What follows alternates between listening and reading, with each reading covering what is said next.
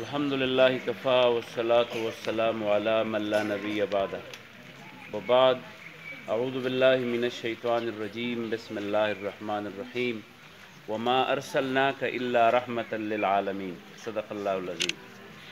محترم مولانا مفتی عبدالودود صاحب، رئیس دارالفتاء جامعہ احیاء العلوم بلامبټ، زمونږ د دې علاقې زلنده ستوري څومره دلته مشران ناست دي، د دې ادارې استادان صاحبان او مخامخ ناست زمونږ خوږو شاګردانو، دې وخت کې مونږ او تاسو د محمد رسول الله صلی الله علیه و آله وسلم د ژوند په حوالې باندې د څه خبرو د اورېدو دپاره دا ترتیب داسې جوړ کړی و چې زمونږ څه مشران به راشي او څه به زمونږ د خپل کشران وي. هغوی ته به زمونږ مشر، زمونږ استاد، زمونږ د ټول ضلع دیر کې چې کوم د جماعت اسلامي لوی مرکز دی جامعه احیاء علوم بلامبټ، زمونږ په دې ضلع دیر کې دوه دقه شانې غټ غټ ځګونه دي چې په هغې کې خلک علماو له ټریننګ ورکوي. زمونږ استاد صاحب مولانا مفتی عبدالودود صاحب، دا زمونږ چې کوم استادان او کوم علما د مدرسو نه فارغ شي بیا هغې علماو له ټریننګ ورکوي، نو هغه هغې مشر زمونږ د جامعه علوم بلامبټ هغه دی. موږ وغوښته چې هغې ستاسو مخې ته مخامخ کړو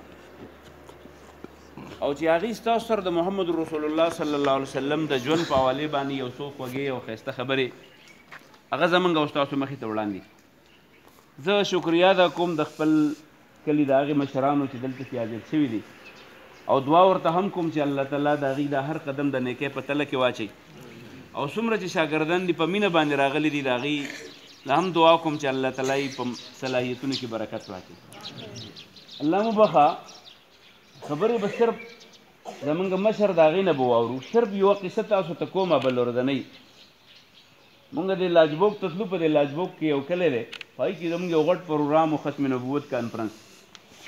زه او زمونږ بل یو مشر پورته روانو، نو داسې د سکول د هلکانو چوټي شوې وه، نو ما ته هغه زموږ سره چې کوم مشر و هغه راته وویل یاره په دې سکولونو کې د نصاب کې ډېره تبدیلي راغلې ده او د دې په وجه باندې کیدای شي زموږ راتلونکی نسل ډېر خراب شي.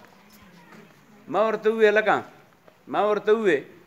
ما ویل نصاب چې څوک هر څو نه جوړ کړي، الحمدلله په دې ملک کې داسې خلک اوسېږي چې هغوی د سکول د دور نه وروسته په جوماتونو کې او دغه شانې په خپل تبلیغي سروزو کې او علما په خپلو جمعو په خطبو کې د خلکو د رهنمایي خپله فریضه ادا کوي.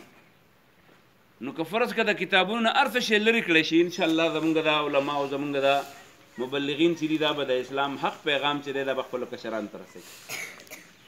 که 12 کسان را روانو نو چې رانږدې شو، ما ورته ګاډی ودرو، ما ورته بچیه دې خوا راشي. ایرېدل هغې وې که چېرته قاریږي، ما یې قاریږم نه دی خوا راشي چې دې خوا رال. نو ما تې تپوس وکړو، ما لکه پیغمبران څونه دي؟ نو یو بل ته وکته، بل ته وکته، نو یو تن پکې داسې و چې د هغه د شونډې هم چاودلې وې، داسې معلومېدل لکه چې یا غریب دی یا بیمار دی.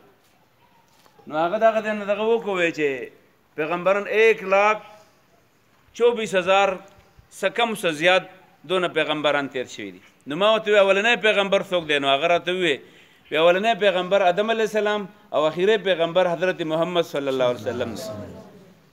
نو ما ورته د اخیری دی اوسه ولې ووایو؟ وی اخیری مې اوسه ځکه ووایو چې د هغه نه وروسته نور پیغمبران نشته.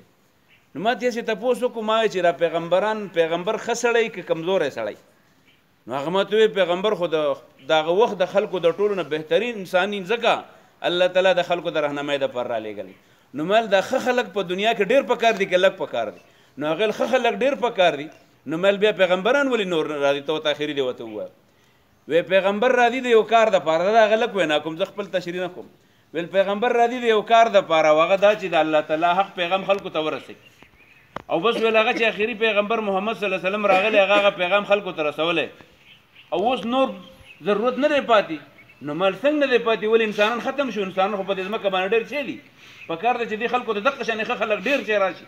لکه زموږ په دې ملک یو فرقه د قیدیانان ورته وي، احمدیان ورته وي، هغوی ځان ته یو نوی پیغمبر جوړ کړی نو مسلمانان راپاسېد او په هغې باندې د کفر په دوه ولګوي دا مسلمانان نه دي هغې د مسلمانۍ د لیست نه وویستل نو هغه لږ ډېره ښایسته خبره وکړه هغه وایي چې نور پیغمبران ځکه نه راځي چې پیغمبران به پخوا اله راتله په خبره ځان پوهېږي ځکه به راتله چې د خلکو نه به خبره یېره شوې وه ځکه به راتله چې د یوې علاقې خلکو به د بلې علاقې خلکو ته خبره نه شوه رسولی په منځ کې دونه ګیپ نه و دونه